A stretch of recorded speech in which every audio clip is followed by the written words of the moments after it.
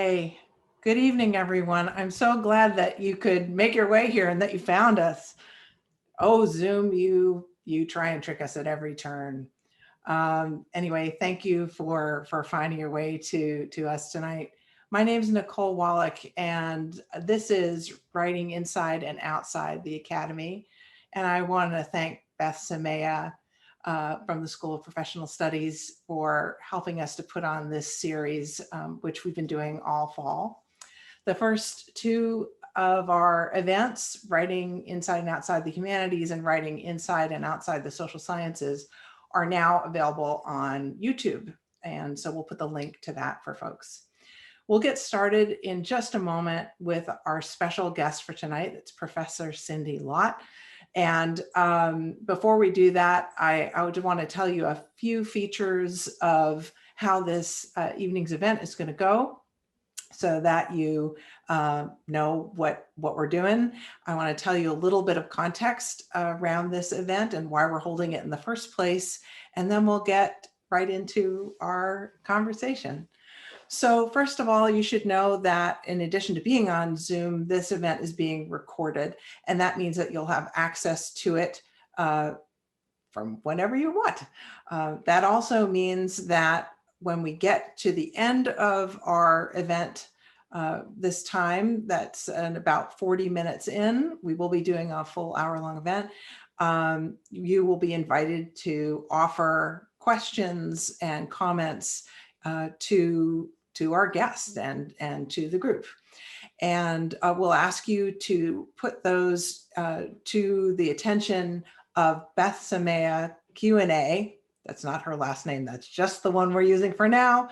And then she will be doing the wonderful help of giving them to us so that we can try and get as many of them in as we possibly can before our time is up.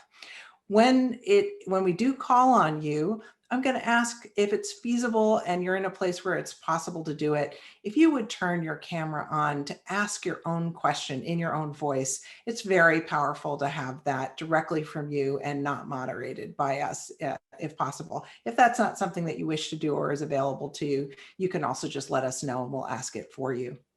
Similarly, even though we're on Zoom and we feel strangely visible and invisible in this space, if you are inclined and it feels all right to you, it's really quite wonderful to see your faces even in the tiny little boxes, just so that we have this true experience of being with other people when talking about writing. So again, if that's something that's available to you and you wish to do, please feel free and welcome to do it. We'd be glad to see you. So now a little bit of context about where this series has come from and what we hope to accomplish with it. So as I said, I run the undergraduate writing program that's in the Department of English and Comparative Literature here at Columbia. And this is now the 13th year, I think it is, that we've invited colleagues from all across the departments in Columbia to participate in conversations about writing. One of the things that's a value in the undergraduate writing program, which is a part of the core curriculum here at Columbia, is that we believe that all people who write have something to teach us about what it means to have writing be a core part of their academic, personal, professional, intellectual, emotional lives, creative lives. And that, in fact, it's a creative and intellectual practice, whether or not you call yourself an academic writer or a creative writer. And so we test those boundaries when we talk about writing. We also really value the idea that writing shouldn't be mysterious, that, in fact, we're not sure if there are actually any hard and fast rules that always obtain, but we do believe that there are practices that successful writers use in order to get their work done, in order to get their ideas out in the world through writing, and to connect with other writers, both in their disciplines and across them. And so this series is an effort to dramatize that by having wonderful conversations with folks who are doing a lot of different kinds of work through their writing. And so tonight, I'm so glad that we get to talk with Cindy M. Lott, Professor Cindy M. Lott, Esquire. Yes, because we're going to be talking about writing for a mission-based audience. It's going to be a really important dimension of work that we do from inside to outside the academy and back again.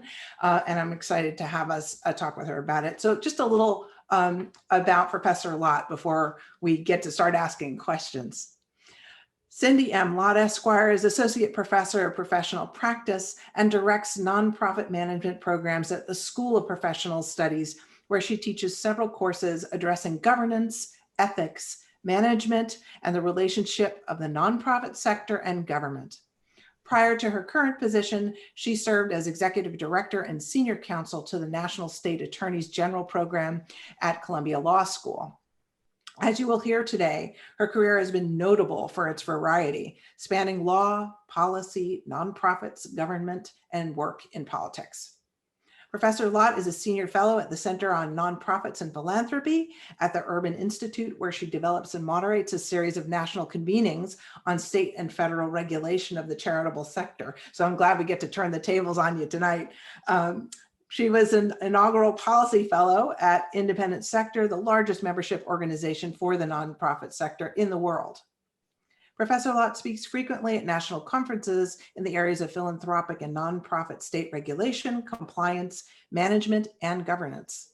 She served on the IRS Advisory Committee on Tax-Exempt and Government Entities from 2015 to 2018, and was a member of Independent Sector's Public Policy Committee 2014 to 2017.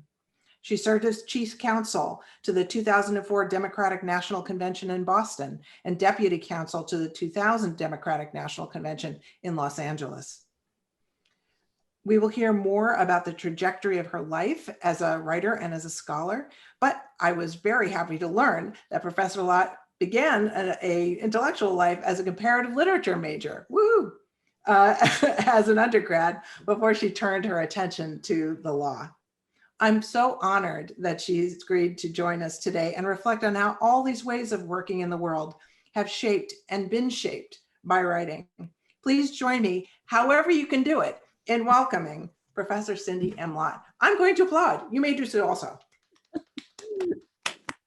Thank you. I'm so glad to be here. Thank you for asking me. It's wonderful, Professor Wallack, to be here. And I want to thank Beth and Maya at SPS as well and our team. But what a joy to be on the other side of interview questions. This will be fun and interesting. Let's have you keep thinking that. That'll be great. Right. So I now know that you are comparative literature major, but maybe we want to go even further back. Can you tell us a little something about your development as a writer, even if it was early on, wherever it was in your history as a writer you want to go back to? Sure. Well, this has been really fun actually to think about ever since you asked me to do this. And when I got to see the other two, which I highly recommend all of those in attendance tonight, go back and look at the other two that have already been filmed. And tune in for the rest of them, because everybody comes at this really differently, but I loved that they brought in so much personal information around what makes them want to write. I have always written. Some of my very earliest memories going back to literally 4 years old in school, where I was at a public school that was on the Chicago lab model. I grew up in the Midwest. And it was a very open environment. And I remember we had a typewriter at our disposal at all times, even when I was 4. So for those of you that span the computer age, like I do, and I'm guessing Professor Wallack does, there was a time when typewriters were a thing, but it wasn't a thing for young people. And I actually fell in love with just words. I wrote a lot when I was a kid. I journaled all the time. I wrote poetry. I was really into short stories, and I had almost forgotten this until this event tonight, that I actually submitted poems. I won a few contests, which was very encouraging when you're in junior high and high school. I remember submitting with no guidance. I didn't know what I was doing. Submitting writing to publications. And I remember like a super high point was, getting a letter from somebody handwritten from 17 magazine encouraging me to continue. I had completely forgotten about that until this week. But those kind of things, the reason I raise it is that it matters when you're young to have, I mean, people often write in private. You write for yourself, you write for pleasure, which I certainly did. But you know, it actually matters when somebody says in a very validating way, hey, you know, you might want to think about doing this. And there isn't necessarily encouragement really out in the world just lying around to write or to be a writer when you're 7 or 10 or 12. But I actually read and have always enjoyed reading a lot of books about writing. I appreciate the craft, and writing is that as well. It's a tool, it's a skill, it's an art, it's therapy, and it's a craft.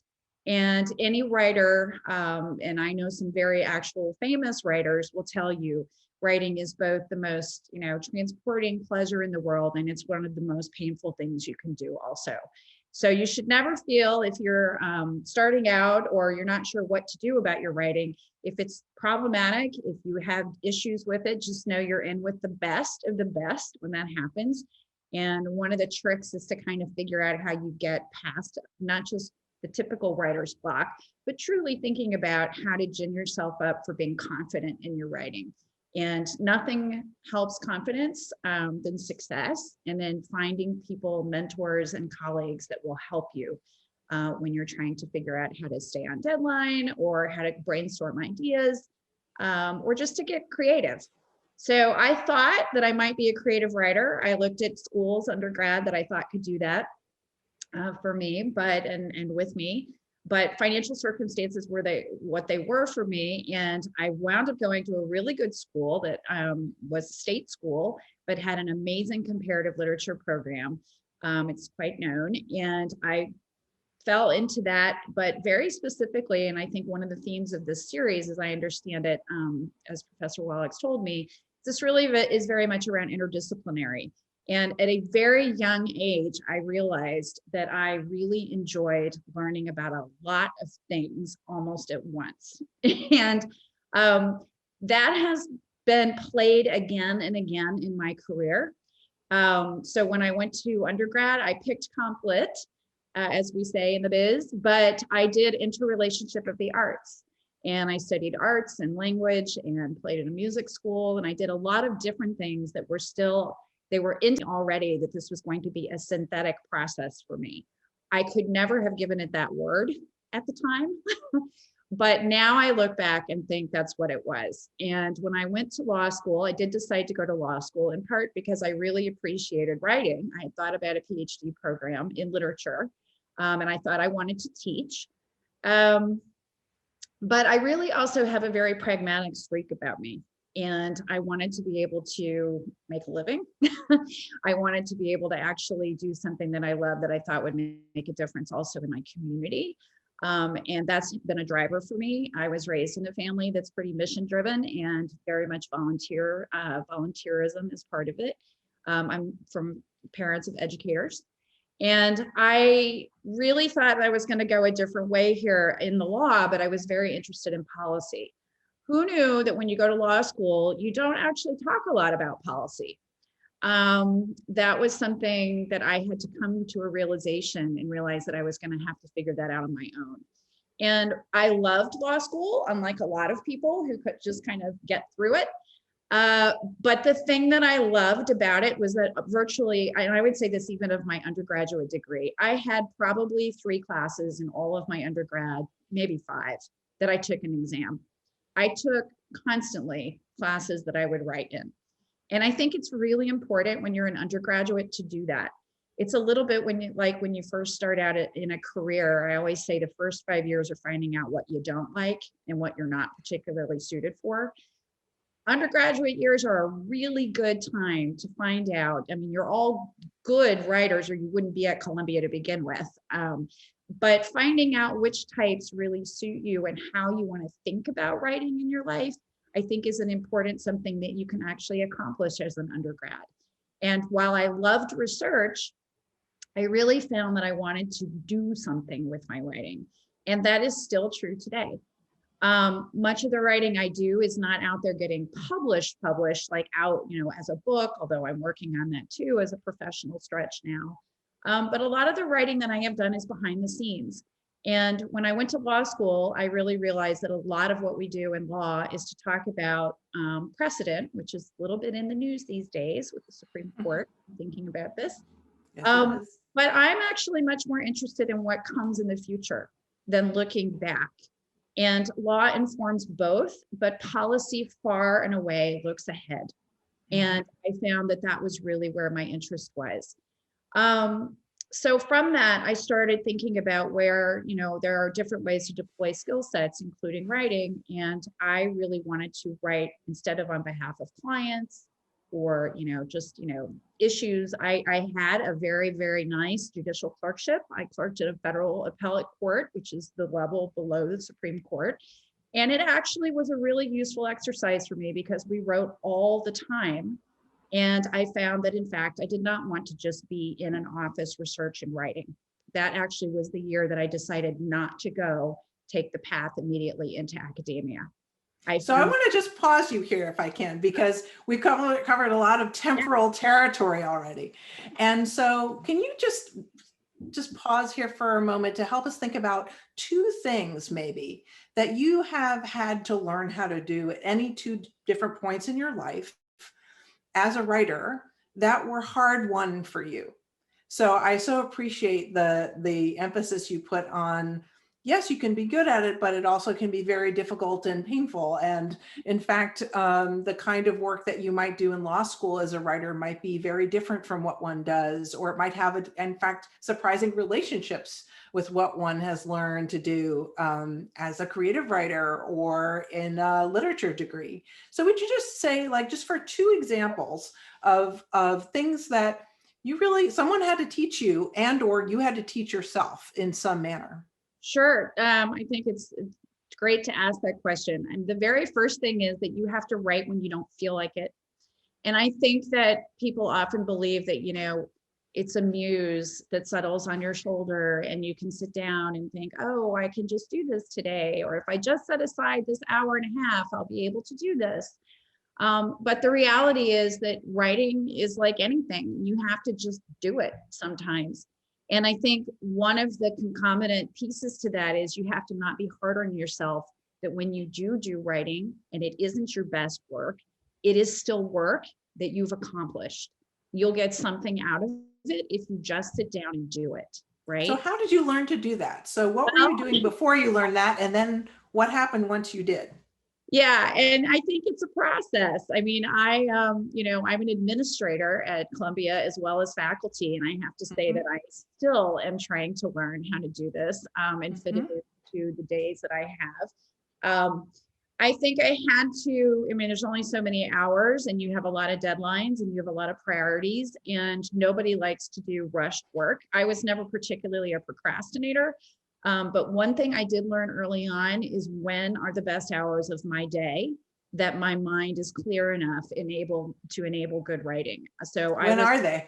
So when I was an undergrad, I was never an all-nighter, pull an all-nighter, stay up all night writing. I'm just incapable of that, and I still am. Not since I had little tiny children did I stay up all night. But what I did find is that I could get up at 4 in the morning or 3 in the morning, and I could churn out twice as much work than if I tried to do it at 1 p.m. And to this day, those rhythms and routines, although the pandemic has done its best to interrupt those rhythms, I think there's almost the equivalent of like a circadian rhythm to when you can brainstorm, when you are creative, but also you can be disciplined enough. If your mind is like mine, where you have a lot of things going on, I do also have the ability to focus. I've always been very grateful that I've never had a problem being distracted except by millions of priorities and responsibilities. I think that's also true if you're a parent while you're writing, which has been in my career as well.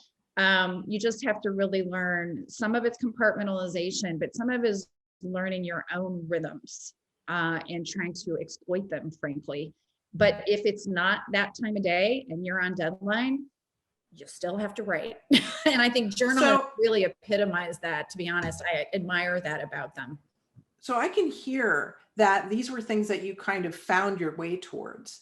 Was there something that someone else taught you to do as a writer that you really had to learn, whether you felt like learning it or not? Yep, and that's another great question. One of the things I think is an issue, especially because I went to large schools, is that if you're a pretty good writer, you often don't get edited.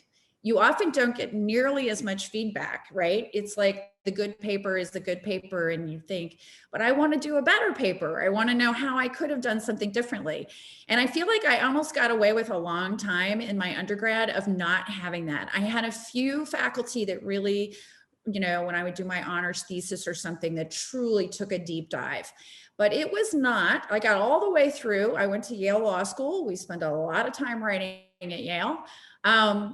I went all the way through that, and it was not until my judicial clerkship. I can tell you that the single best thing about my clerkship was that I clerked for a judge who really knew how to write, and he liked to have clerks that wanted to really write, not just because they had to. And I learned to edit. I learned to self-edit. I learned to do things and really hone my writing in a way, because a judicial opinion has to be. It just does. And I was fascinated in law school with the construction of judicial opinions almost more than the substance. So it really was a capper for me that when I then went on to clerk, and I can 100% point to that year, and it is only a year, but that year that really made a difference. And it has bled over into all sorts of writing, not just, you know, when I was working briefly at a law firm or whatever, but every kind of writing that I have done since then. I've done government writing, I've done advocacy, I've done policy writing, I've done speech writing, lots of behind the scenes explanations and understandings to large groups of people. And it has 100% informed over the years. One of the other tools that I used since the beginning, and I picked this up as most of us did in our junior high writing classes or thesis classes for that 8th grade research report, I outline always. Outlining is a way that if I get stuck, I go back to the outline, and it helps keep me going. If you know that your writing is not working, you're not sure why, whether it's creative writing or writing for a mission of some sort, it usually means there's a problem with the outline. If you're just stuck and you really can't figure it out and you go back, I have found that outlines have saved me over the years. So I think with a few basic tools, you can figure out the best way for you to write. One thing is to get past ego, that when people are trying to help you in writing, take it.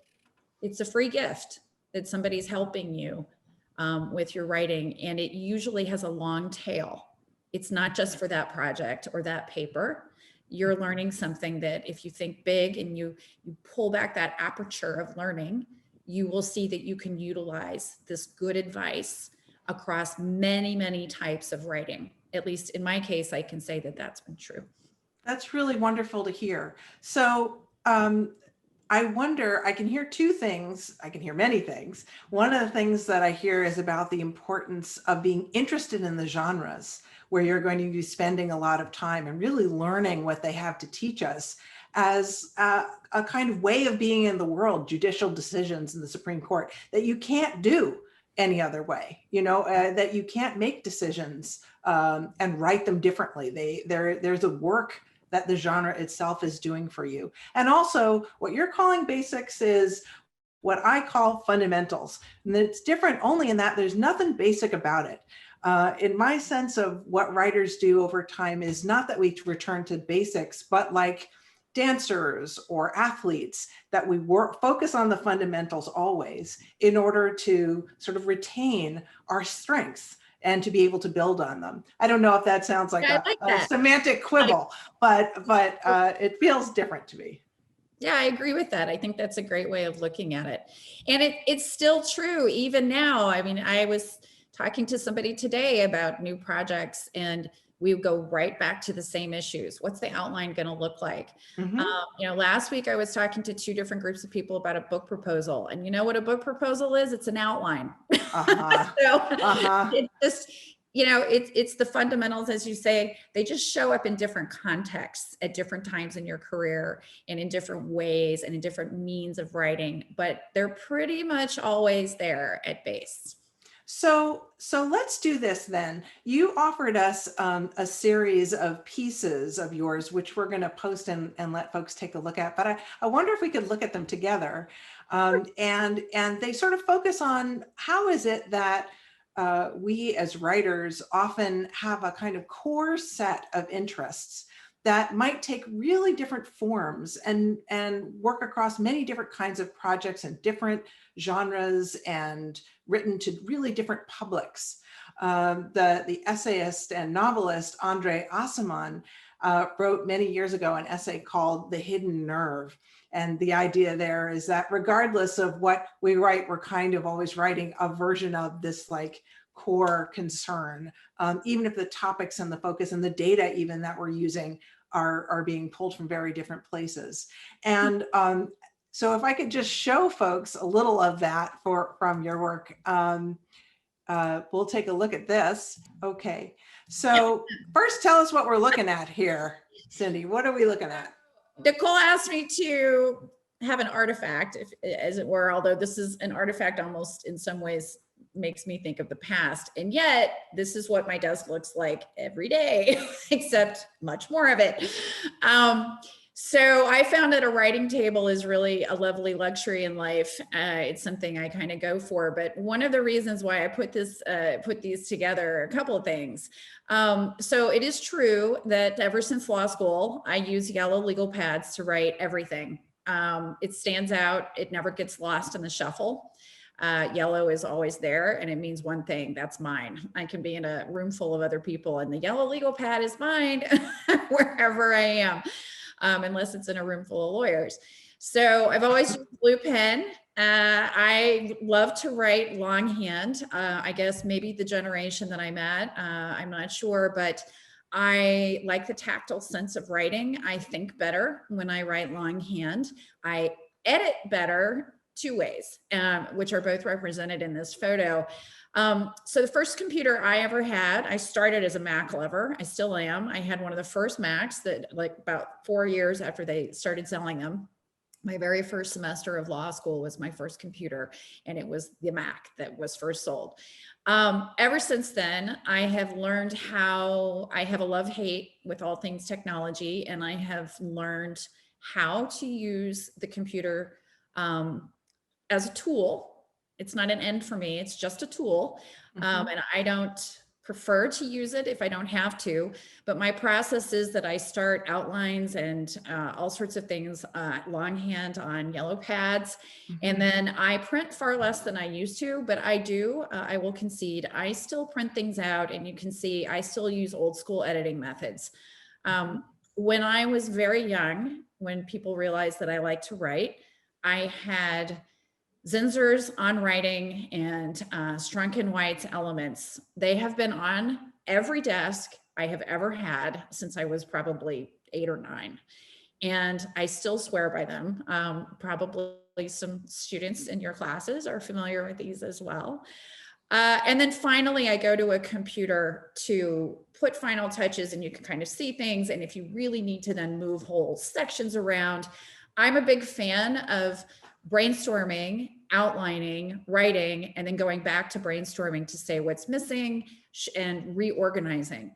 I have found that in my own writing, and I do a lot of editing of other people, most people brainstorm one way, and then you realize later it's usually a quick flip of a few things, and it actually reorders it in a way that makes more sense.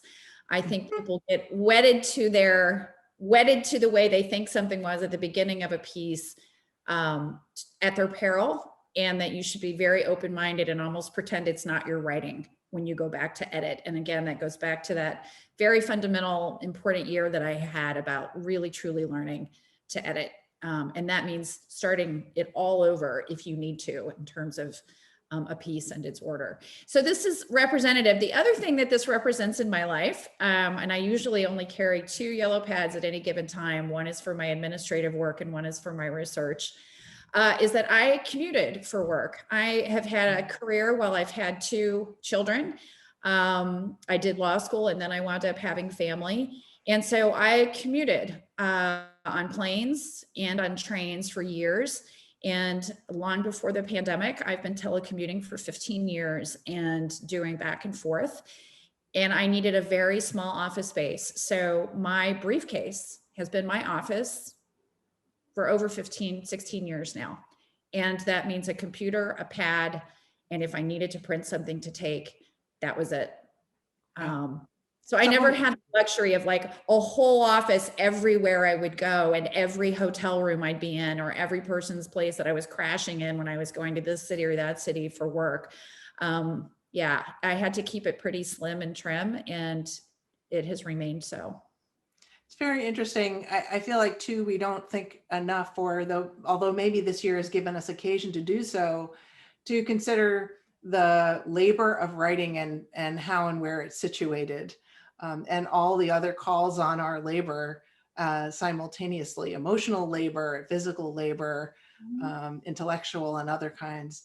So thank you for this image. It's quite powerful. I was thinking of you bringing around 5 different legal pads, and I was thinking, how would you know what went on what legal pad with all the same? No, but you see in the very upper right corner, it has a date. Yeah.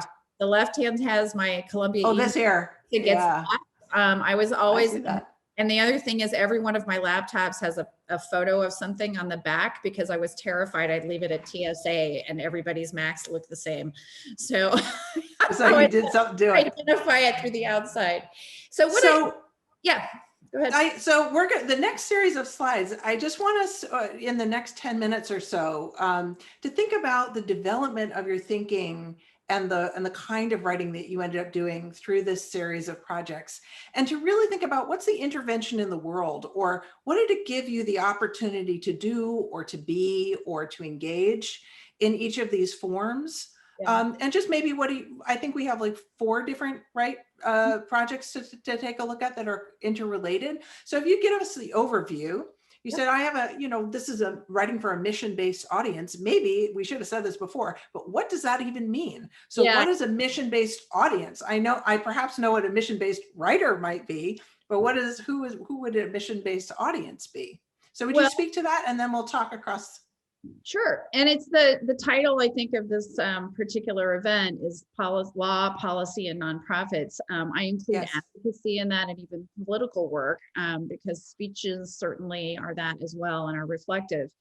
I think what it means for me is that when I write, I want to know, as I said, I was interested in writing on behalf of institutions or ideas and the people that want to carry those ideas into play, not something that's specific for a client for their own, inurement or benefit, although I respect that people do that. And I certainly did that for a while too, but that I really am agnostic sometimes about the individuals that I'm working with around something. It's about the big ideas. It's about trying to move the needle on something out in society and out in our communities.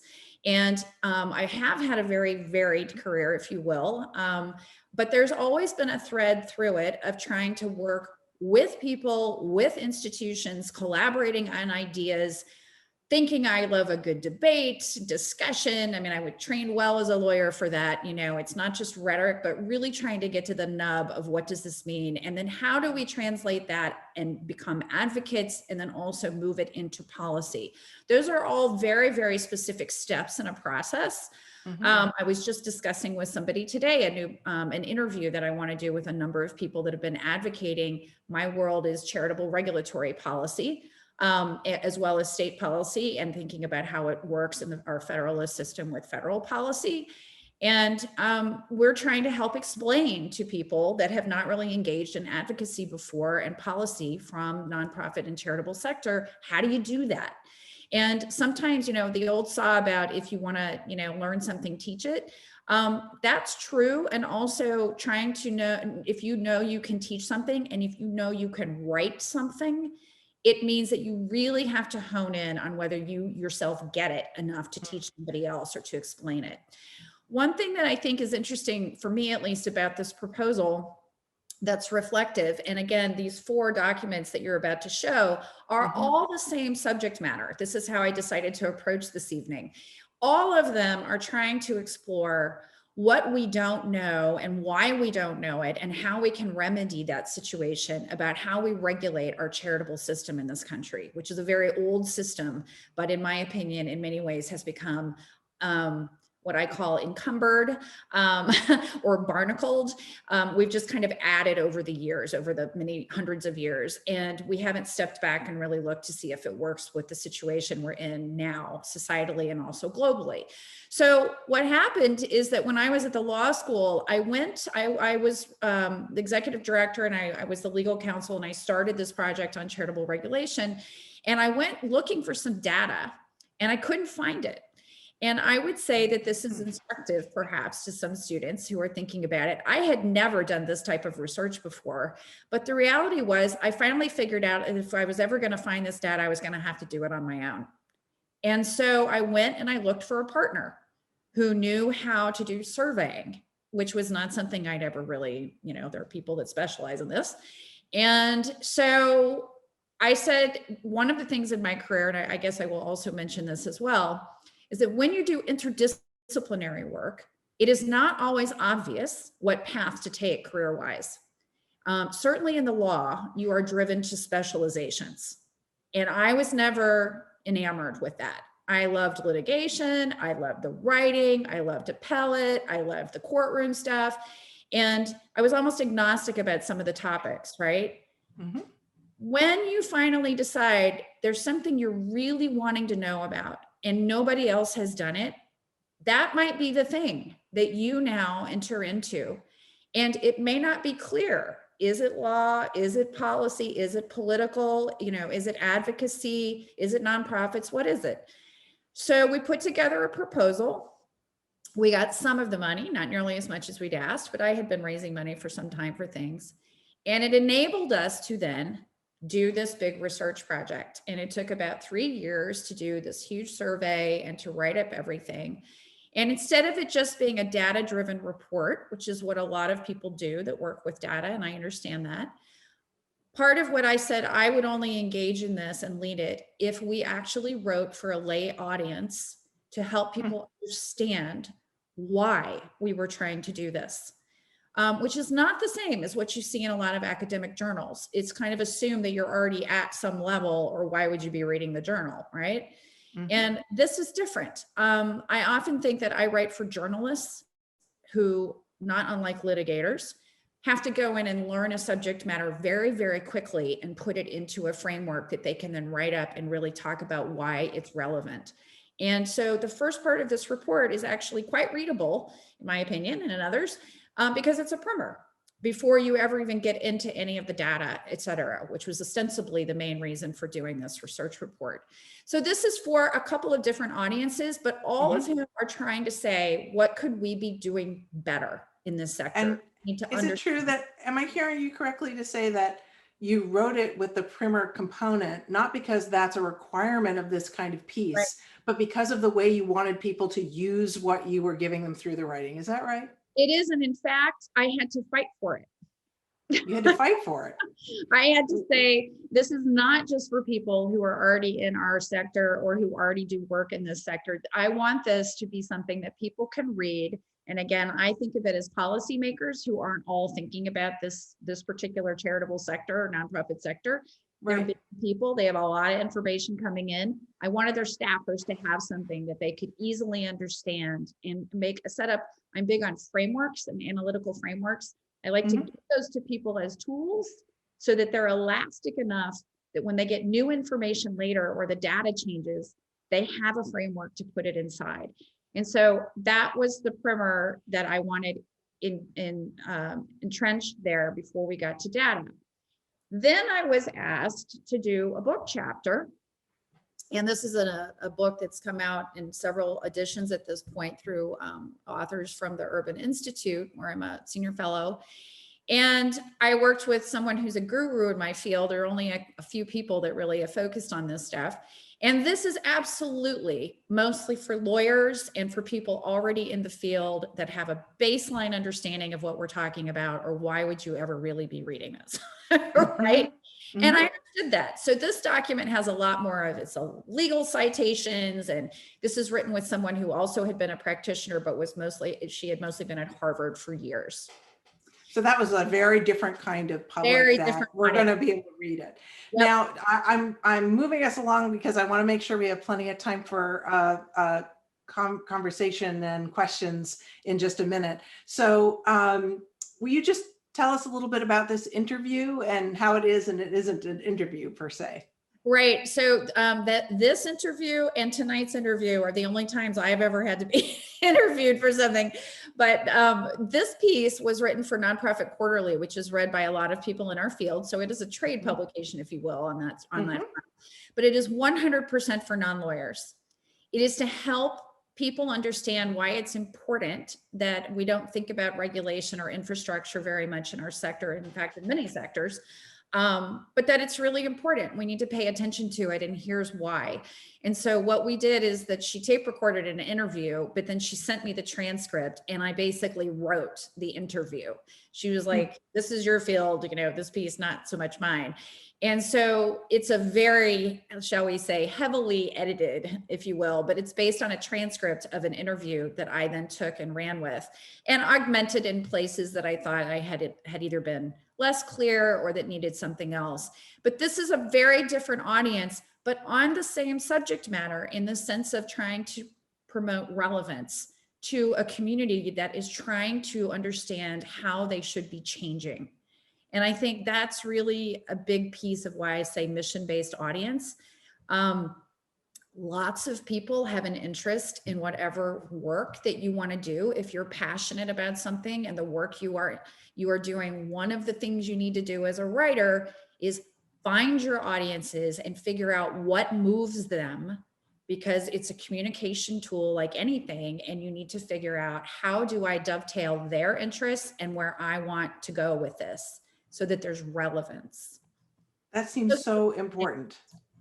I want to thank you. You've raised so many issues that I feel like we could do another whole time just on the issue you've raised. But I want to start to invite folks to turn to our Q&A. So if you have a question or a comment that you'd like to make, would you write to Beth Samaya Q&A, and we'll make sure that you have an opportunity. And then I'm gonna, if I see your name, I will call on you, and perhaps you'll read or say your question to Cindy so that she has direct contact with you that way. So let's see. I wonder if we could start on, I hope I say your name correctly. Is it Deblina Biswas? If you would ask your question, please. Of course. Thank you. I'm afraid I'm not on camera, perhaps fortunately for me, but thank you for a great session. My question seems longish, but it's really, I think, linked to things you've already mentioned about interdisciplinarity, about different domains. I try to keep an eye on the tech market because of the friends I know. So I heard somewhere that the chief, somebody who understands writing, not just data analytics, might be quite as important in the C-suite in the future as a financial or operating officer. Now, you might understand at the Urban Institute, you might understand more about this than any of us do, or maybe that's a stretch, but might you touch on how doing this, this is your phrase, doing this, how is this changing and how will it change further in a time when we are looking at a changing market?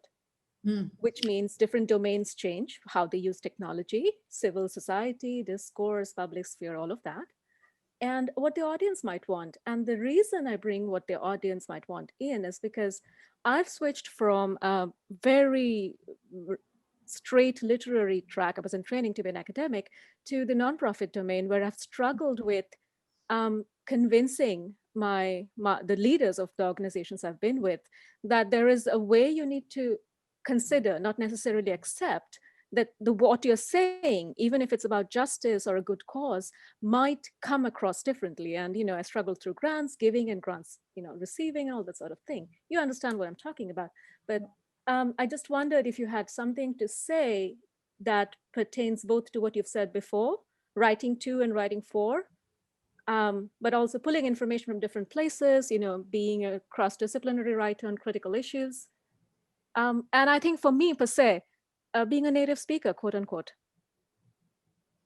Long question, sorry. Yeah, no, that's okay. There's a lot embedded in those questions. You're going to make me do the very thing I'm going to tell you is of use in your question, which is going back to being synthetic. I think there's a couple different pieces there. There's no question as technology becomes more and more embedded in every single thing we do, and data doesn't exist in a bubble. You have to have people that can translate it. And so, I've said this to my own sons in the world that they come, and I have one son that went through Columbia College. It's great to be great at, and he's a mathematician and all of those things, but what really matters too is that you can communicate it in some form or another. And I'm thrilled both my boys really always were very good writers as well. I think that's important and will remain important. And if anything, it may actually become paramount. Because I will just tell you, like, I'm terrible at dealing with social media and tech stuff like that, because the whole 140 characters or whatever, I'm thrilled there are people great at it, but there is a place for long form thinking and long form writing that has to remain. And what it means is really a two-step process, in my opinion, or particularly when you're dealing with interdisciplinary. And that is, the first step is you have to go out and you have to explore and gather. But that's not enough. Then you have to bring it back and you have to synthesize it. And you have to be able to synthesize and communicate to people and help them prioritize and translate, literally sometimes as well as figuratively, what is it that is being communicated here? Why is it important? You can do that internally in a C-suite. I certainly help people do that. But when you talk about grants and trying to convince other people other things, I'll give you a lawyerly phrase. If you have done enough grant proposals and something hasn't worked after a while, it is, as we say, asked and answered. You need to move on to a different way of communicating, or you have to think, what is it that I'm not doing here that's resonating? And I think, and that's not specific to you, but to all of us, saying when we get frustrated and we're beating our heads against a wall because we are trying to do something, we know we want to do good work. We just haven't been able to convince somebody why it's important, why it's worth their dollars, et cetera. One of the best pieces of advice I ever got when I was, striving as an early, looking at how to get into policy, even when I didn't have a degree in it, was somebody said to me, if somebody won't fund it, move on. And I know that sounds harsh, but if you are looking to actually move the needle on something, it means something needs to be reconfigured in either the substance of what we're saying or the delivery, or we're not showing them that there will be the impacts that we're looking for. And, I love, and I wish I had more time for writing that's only for me, that's just a pleasure. At this point, my time is worth so much that to me personally, that when I am writing now, I'm looking to move the needle, and I'm looking to work with people that want to move the needle. And so I give myself a set way of thinking through, if this is not working, I need to revisit. I need to go back and talk to people from square one about why it's not working. And I think that's true for writing. And the C-suite folks, they will always need writers. They sometimes like to put them in a communications division, which I think those folks need to be able to write too, obviously. Writing and communications have overlap, but they don't map exactly. I still think there's always a place for actual long form writing due to the synthesis factor. That seems really important. I want to give a couple of more people a chance to ask you some questions, and I actually have one that I'm holding in reserve for myself. Louisa McCullough, will you ask your question, please? Hi, thank you so much for that talk. So you kind of mentioned the benefit of mentors and that your family was very mission driven. I'm wondering if you had any experiences with mentors early on in your education or career as you kind of navigated the switch from being a literature major to law school and everything in between, if you had any pivotal moments with mentors. I did, and I appreciate you asking, because mentors, let's do a shout out, like really, really don't hear enough later down the road. And I wish they could all hear this. When I was quite young, I had a couple people, even as a young person, like I say, that took me aside and said, you seem to not only love this, but like, I see something here, you know, you really seem to communicate well through this. And certainly no one ever said I couldn't communicate the way we are tonight either. It's never bothered me to do public speaking, being in court, teaching, any of that. But writing, I think almost felt more personal and more vulnerable to me. And when I was younger, it was very much more, it was personal. It was a lot of poetry, a lot of short stories, and I wasn't sure what to do with it. When I was in high school, I had somebody in junior high, an interim faculty member, like at my junior high or whatever, teacher, that stepped in the middle of a year to take over from somebody who had become ill. And she became this huge person in my life that said, you should do these things. You should try these things. And I remember she drove me to an award ceremony in another city to say, you're going to go pick this thing up in person. And it was amazing to me that somebody took that time. I think it also was meaningful to me that I had both males and females who were advocates for me. And moreover, I will say in high school, I was in an honors program, and where you could kind of pick any topic. And one of the things that is my love in reading fiction is geography placed. I love writers that are very much of place. Wallace Stegner, Jim Harrison, Elizabeth Strout, like people, Harper Lee. I love people, Catherine Porter, like all these people that would write of the place, Terry Tempest Williams, and so I really appreciated that when I got in high school, I was allowed to choose, and I had only stepped foot in New York one time at that point, but I really wanted to learn more about the Harlem Renaissance. And I found an African-American female professor at our local university that took me under her wing. She invited me to her home. We would talk over tea. She would tell me her experiences. She was a writer, and I thought she was amazing. And oddly enough, I was in a used bookstore not 2 years ago, and I found a book that was inscribed to her completely randomly in another city. And it brought it all back to me. And I just always had an interest in geography and what it tells us about people and communities. And I think actually that's very tied to what I do now, because I think about communities and what would make the difference in communities. I will tell you though, that when I was in law school, I had far less mentoring. I was pained over that, but I kind of thought that's just maybe what law school is. I had it my first year. I actually was a transfer student as a law student. So in case you think that I always say there are very few decisions you can't go back on in life. There are a few, but actually education is not one of them. And I started at one school and I had some excellent mentors. And then when I went to Yale, I had some others as well, but not in the way that I would have thought around my writing. And from then on, I would say it was, to Nicole's point, it was kind of hard won, my knocks after that and my learning. And then later in life, I will tell you, I had to reach out and actually ask for mentors. They do not just come to you. And last week, how did you do that? Would you say how you did that? Sure. Last week I had a student ask me from one of my classes, like she wanted to ask me, how do I go about asking, I want a mentor at this stage of my career? That is exactly what you have to do. You go and you do, almost like with jobs, an informational interview. You talk to somebody, you find out what people's career paths are, and you say, how did you get where you are? And it's not even just about asking them per se, but saying, who should I go to?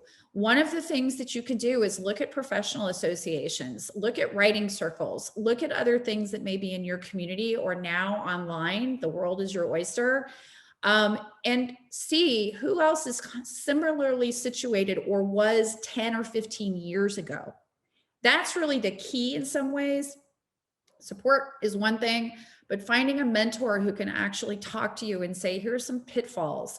Let me give you a slight shortcut, or here's how to think about, or here are the new things that never even existed when I was at your age, right? That's important too.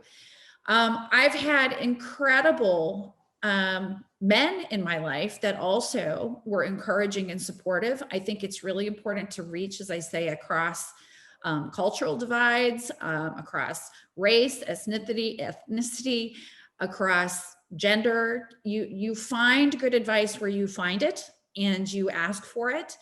And it does take some gumption to ask for mentoring. But I would say if you're in school, start with your department, start with a favored professor. Sometimes it's less about what they've done exactly like you and more that they think like you. And that's one thing, or that you think like they do. Or they don't. Or they don't. But I mean, that or they expand what we do. They have a worldview that at least, if I had tried to have a mentor in law school that said, just pick one area of the law and stick with it and go with that, that would not have worked for me. It didn't really matter what they were talking about, as long as we had a worldview that we were looking to have interdisciplinary work and to work across genres and different things. That's really what I mean, is a worldview that at least inspires you somehow. And I think if you can find someone who inspires you, it will find its level eventually. But you can't be shy about asking for mentors. They don't typically just fall out of the sky. I was very lucky early on. It sounds as if you were, and it sounds like that also you received sort of lessons about doing your work and writing, not only from people, although people of course are crucial, but also from the different kinds of texts and writing that you did. And so this is going to be our final question that we can answer briefly tonight. But I wonder, Josie B, would you ask your question, please? Hi there. I'll try, because I kind of babbled my question, but I wonder, like, how having a comparative lit background, how do things like character, setting, plot, figures of speech, and so forth, like, how do they translate into the writing that you do now, or inform, or what place do they have? I mean, I think of people like, Wallace Stevens, or right. William Carlos Williams, who did both. And then you have somebody like Rilke, who Rodin fired because he didn't do any work. So how do you keep that alive? Yeah, that's enough babble. Thank you. Well, actually, the series, I believe, is something about stories, is it not? That's actually in the title. And I think it is interesting. One of the harshest lessons I ever remember my first very month of law school was just shocking to me, is that when I was a comparative literature major, and certainly all the years that I did creative writing, just even for myself, was that you were always looking to describe something differently and change it up and keep it interesting. And when I was at law school, we were informed right off the bat, when you're going to call something, call it that, and never not call it that again, because you've just defined that thing and you need to stick with it. And I thought, oh my God, I don't know if I'm going to make it doing this, right? It was a completely different type of writing muscle. But then, to your point, Josie B, there are ways that you can think about for stories, and for especially in a mission-based audience, stories and narrative are how we move people. I don't care if you're talking to somebody on the Hill who needs to have something that can relate to their constituents, that they can think about, okay, I can put it in this form of a legal box, but this is what it's going to look like on the ground when I take it back to my community or my constituents and my voters, right? There's always a story to be told. And part of that is advocacy, I'll grant you that. But part of it is just having clarity about the mission and being able to explain it in a way that connects with your audience. And that actually often does involve a character, believe it or not. And you do have to learn the lingo of whatever group. I mean, it was actually harder for me to learn the lingo of law journals and judicial opinions than it was advocacy or speech writing. That actually wasn't hard for me, because that's talking to people, right? I had to finally realize that talking through a judicial opinion, talking through a brief, is also talking to people. There's always a story involved somewhere. That's a great note on which we'll have to end here. Cindy, would you just let everyone here know how they can follow you and know about your work and maybe something that's coming up in the future? So I run the nonprofit now. I run the nonprofit management program at the School of Professional Studies. It's a master's degree program. And somewhat reflective of my own interest, but also what I think our sector is really after, especially in an election year. We've got series coming up that are open to all the community and the public, in addition to the Columbia community, on how to start a nonprofit, and also our election series. We have 2 more left in the election 2020 series. We also are doing a series with some other programs on diversity, equity, and inclusion. Very important. And so there are those things. You can find me. I don't do a lot of social media, as I mentioned, but you can certainly find me on LinkedIn, and you can find me through our program at Columbia. If you just look at Nonprofit Columbia, we pop up pretty much top of the heap there. And I'm happy to talk with anybody that has interest in any of this, and also how you can think about integrating different forms of writing and law. But also, I know so many of our students are actively and passionately involved in social justice and other issues that are so meaningful right now of all times, but will continue to be so. And I am always happy to talk with individuals or with groups about how to think about doing that work better. Thank you for inviting me tonight. I can't think of a better note on which to end tonight. And I just want to thank everyone for attending and for sticking around while we were working out our issues, technological issues tonight.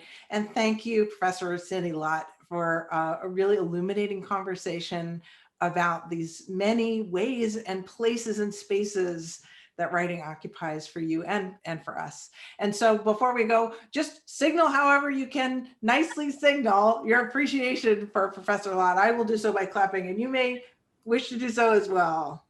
Thank you. So glad to be here. Everyone stay safe and well, okay? Be well.